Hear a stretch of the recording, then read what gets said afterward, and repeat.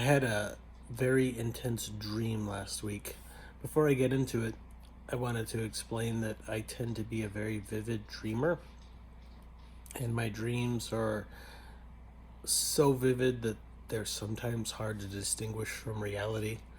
In psychology, they talk about creative traits and also things like dreams as schizotypical.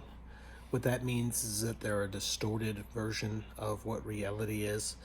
And the difference between the schizotypical trait and the actual full blown schizophrenia generally is the ability to distinguish it from reality.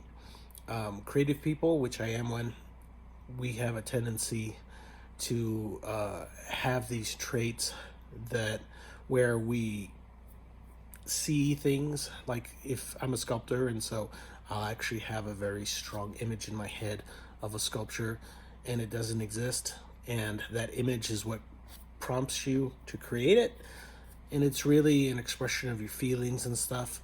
But most psychology right now believes that creative traits and things like the ability to dream very vividly are related to schizophrenia, but not actually the disorder, a more functional version of the trait.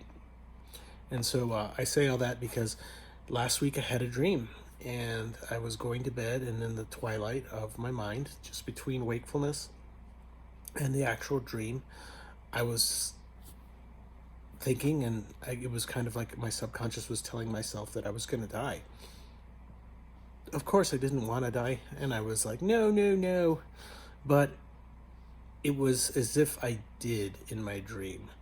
And when I died, I actually, my body and my the energy, I don't know if you'd call that a spirit or soul, it actually kind of got severed, and I went to the center of the universe, and I got to see the destructive and creative cycles of the universe, and it was horrific. It reminded me of H.P. Lovecraft.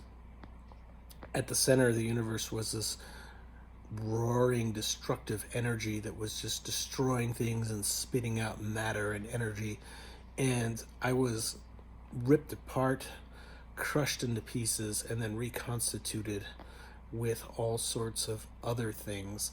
And I began to kind of like Legos, I was trying to pull myself back together and to reestablish consciousness. The interesting thing with matter and energy in this dream is that energy and matter that had been together were magnetized.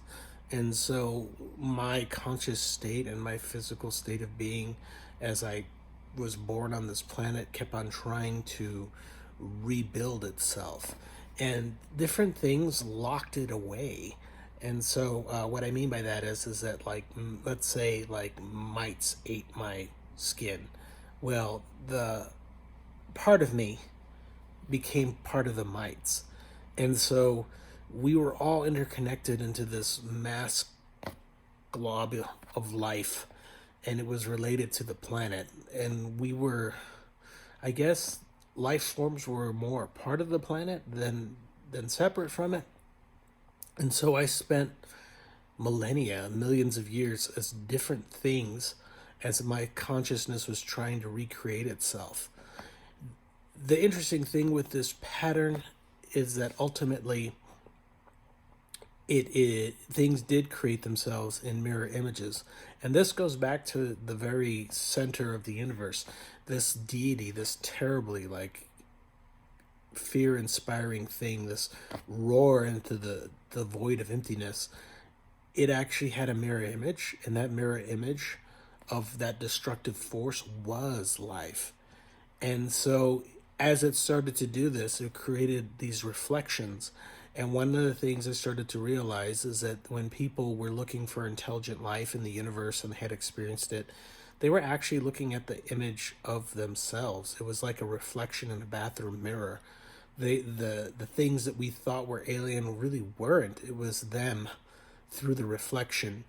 And at points, like through black holes and these cosmic phenomenon, it actually created like this mirror image that was similar to the Fibonacci symbol, and that Fibonacci symbol kind of overlaid it on itself in different ways, and it could form the infinity symbol, but it formed this intricate pattern which became the symbol of what the universe was, this destructive kind of monstrous type thing.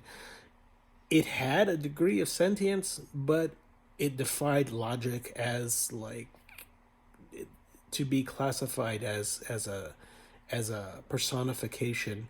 I mean, it was Cthulhu-like because it had these streams of tentacles of these realities. Because if the Fibonacci sequence was flipped on itself enough, it actually inverted and created alternate realities. And in those, my matter and my energy, the what was my sentience, was actually reborn in different ways, from backwards to forwards, from forwards to backwards. It was a very, very intense dream. And so I woke from it and I went to work, and I think that was a mistake because in my mind it was so traumatic. It really literally felt like I had died, and I thought I was in an alternate reality. My mind was kind of splintered, and it ached. I ached. I hurt in a way like I had been ripped apart and reconstituted millions of times. A very, very strange dream with the primordial nature of the universe kind of being an elderich Cthulhu-like god.